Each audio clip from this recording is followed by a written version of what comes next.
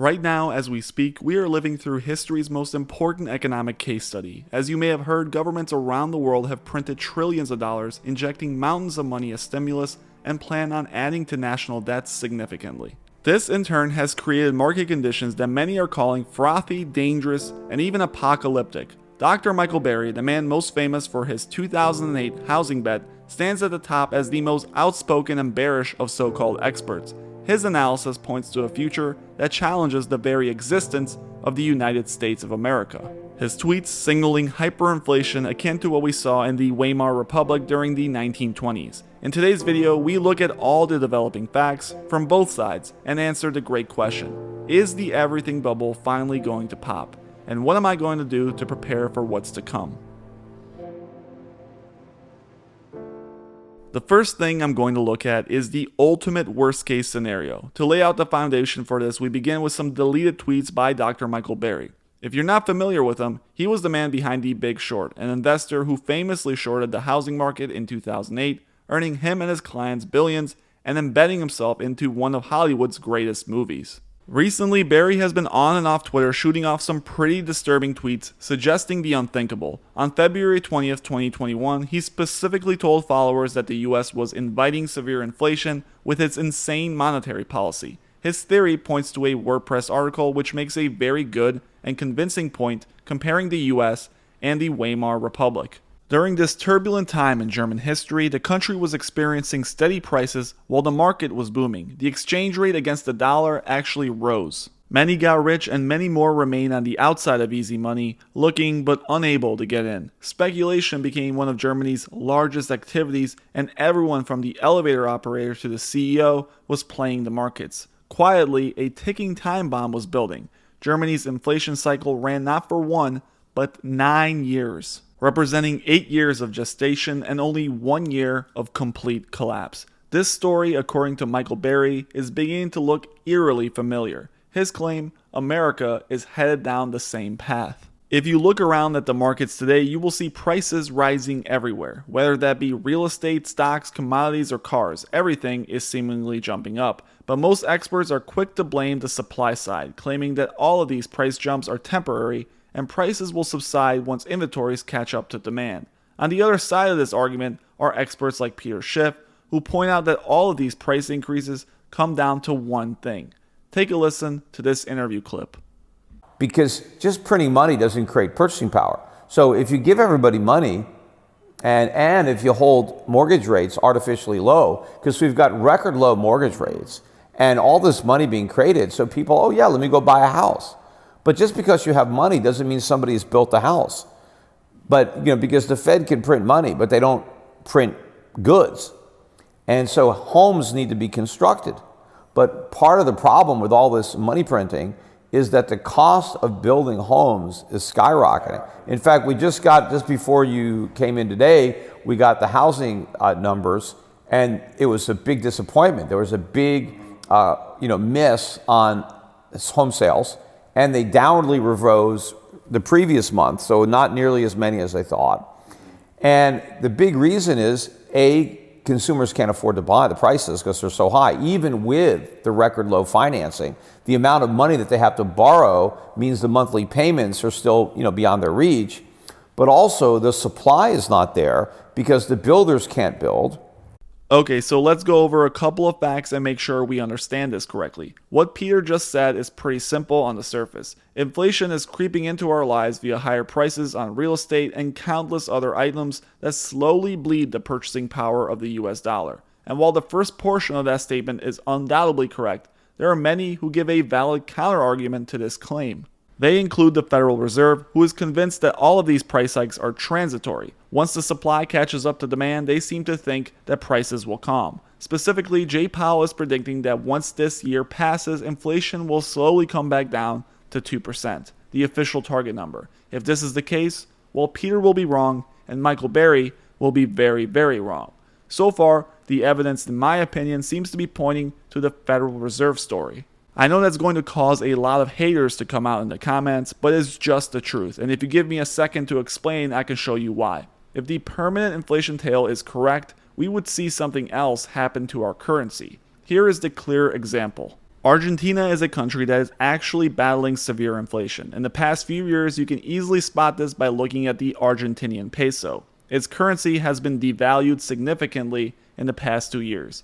I mean, just look at that chart. Those poor Argentinians who had their life savings in cash would have been wiped out in the past 3 years. I'm sure if you check the comments, you will find at least one Argentinian confirming this.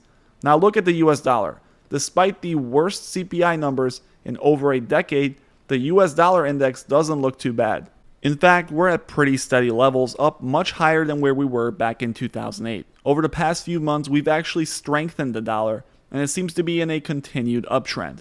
If inflation was indeed as severe of a problem as claimed, I believe we'd see at the very least a weakened dollar. But to be fair, there is a significant amount of bizarre behavior occurring in the markets to suggest that something weird is going on. For one, the stock market is 100% experiencing some sort of inflation push, as this almost exponential growth is definitely not based on real profits.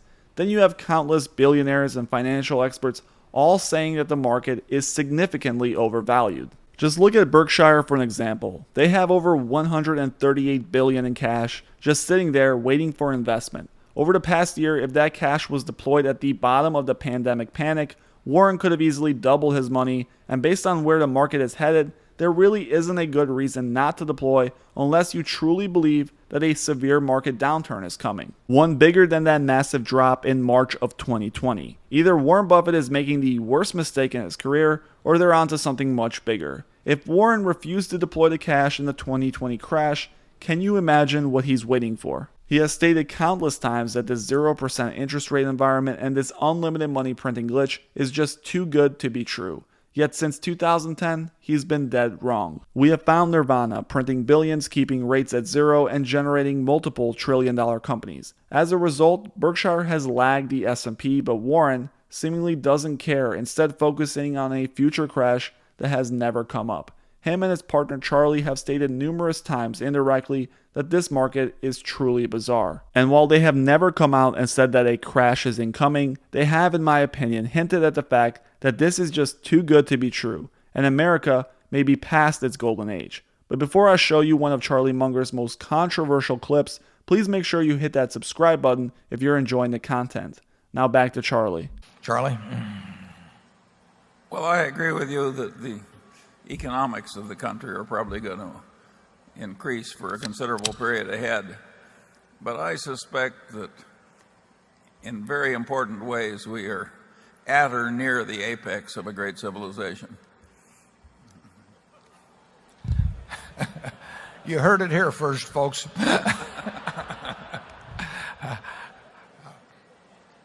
If you leave the NCB, nuclear, chemical, biological, but I do not feel that way, but you'll get to see which one of us is right 20 or 30 years from now. But despite Charlie's take, it's Warren who actually, in my opinion, is more likely to be correct. I think that the United States still has a lot of potential, and its worldwide economic and political dominance is likely to continue despite some rather large headwinds.